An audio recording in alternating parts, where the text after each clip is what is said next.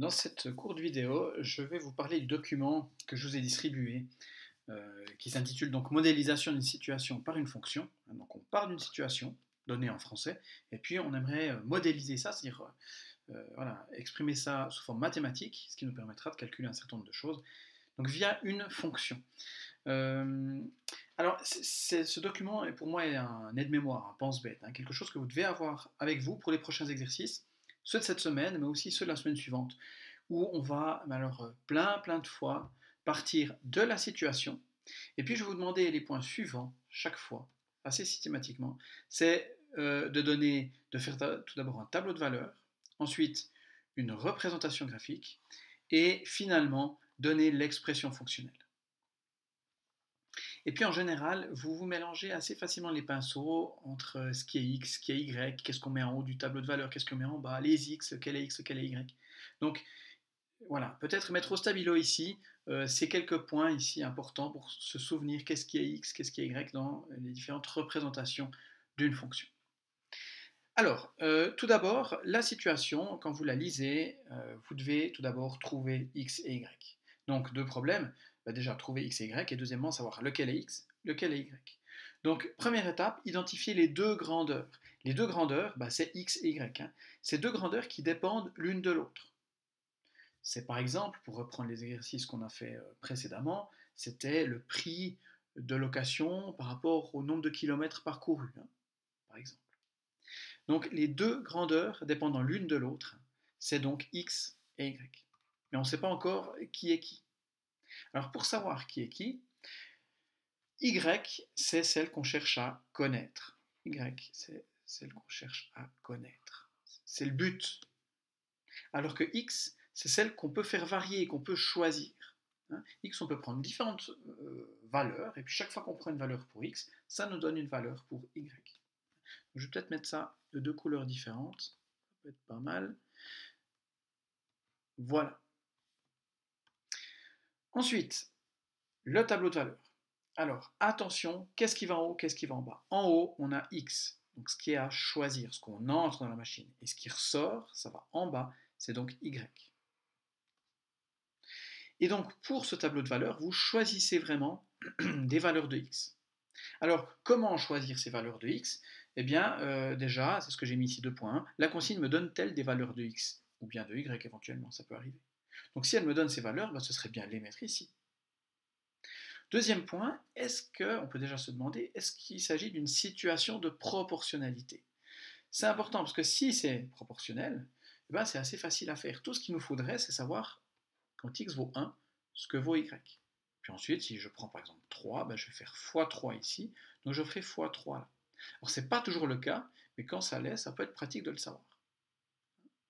Et puis si donc c'est pas le cas, on peut se demander qu'est-ce qui est fixe, qu'est-ce qui varie. Si on imagine par exemple une fonction affine, ce qui est fixe c'est le b, et puis ce qui varie avec x, ça va nous donner a.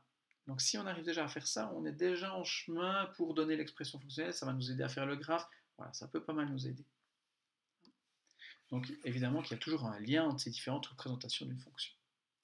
Voilà, puis ensuite, choisir quelques valeurs de x et déterminer ce que vaut y. Alors attention, choisissez pas n'importe quoi non plus. Si je parlais de kilomètres pour une voiture de location, vous n'allez pas forcément faire en un jour 700 km, quoique, mais 700 km avec votre véhicule. Donc inutile d'aller jusqu'à 1000 ici. Prenez des valeurs qui ont du sens, ça ne sert pas non plus à grand-chose de faire 1, 2, 3, 4, 5, 6, 7 km pour ma voiture de location, parce qu'il est probable que je vais m'intéresser à des valeurs plus grandes. Donc donnez un petit peu de sens à ce que vous prenez. Et puis inutile non plus de prendre des valeurs trop grandes si ici les valeurs en y explosent complètement, du coup ça va sortir de mon système d'axe. Après c'est aussi la question de bien choisir mes graduations, on va y venir. Voilà. Et puis quelquefois ça peut être utile de prendre des valeurs négatives selon la situation, selon le problème qu'on a. Alors évidemment pour l'histoire du véhicule de location ça n'a pas de sens de prendre un nombre négatif de kilomètres. Voilà pour le tableau de valeurs. Maintenant, représentation graphique. Alors, pour la représentation graphique, avant même de placer x et y, on se demande, est-ce que je vais faire un dessin comme ça ou un dessin comme ça? Est-ce que je centre mes axes ou est-ce que je les décentre? Eh bien, ça dépend. Ça sert à rien de faire un graphique comme ça si de toute façon mon graphique il sera de ce côté-là puis il n'y aura rien de ce côté. Donc, c'est pour ça qu'on demande est-ce que les grandeurs prennent des valeurs négatives ou non. Si elles prennent des valeurs négatives, ça peut être bien de prendre un système d'axes comme ça. Or ça, vous le voyez ici, hein, dans le système dans le tableau de valeurs. Et puis sinon, bah, vous allez simplement de vos axes comme ça, ce sera plus grand, ce sera plus lisible, et puis il n'y aura pas toute une partie vide ici. Donc ça, c'est pour placer les axes. Déjà. Puis maintenant, il va falloir placer x correctement, y correctement, et puis graduer. Donc, écrit légende, on met x sur l'axe horizontal, et puis on met y sur l'axe vertical. Ensuite, on gradue. Alors, comment graduer eh bien, on se demande jusqu'où doivent aller les axes. Si ici, on a, dans le tableau de valeurs, on est allé jusqu'à 10, imaginons, bah, je ne vais pas aller jusqu'à 100 ici, je vais aller jusqu'à 10. Puis il faut que mes valeurs rentrent dans mon système d'axes, donc je ne vais pas m'arrêter à 5. Et même chose verticalement. Et du coup, de nouveau, choisissez bien vos graduations. Si quand x vaut 10, je ne sais pas, y vaut 70, il ne faut pas que je m'arrête à 10 ici. Sinon, mon graphe il va vite sortir de mon système d'axes. Donc il faut prendre des valeurs qui se correspondent, qui sont un petit peu réfléchies. Ensuite, on place les points donnés par le tableau de valeurs. Si on place quelques points et que on ne sait encore pas comment le graphe sera, ça vaut la peine de calculer des points supplémentaires. Puis ensuite, on va tracer le graphe. Alors attention, est-ce qu'on utilise la règle? Pas nécessairement. S'ils sont alignés, oui, mais sinon on le fait à la main.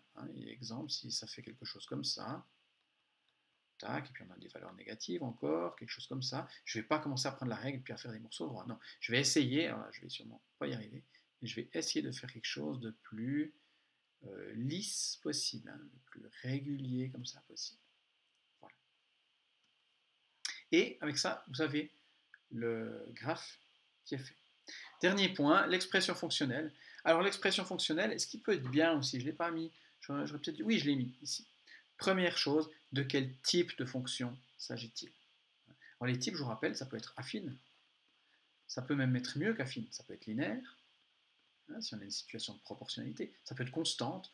Alors, bon, la constante, c'est pas passionnant, ça veut dire que ce serait y vaudrait toujours la même chose, mais ça arrive.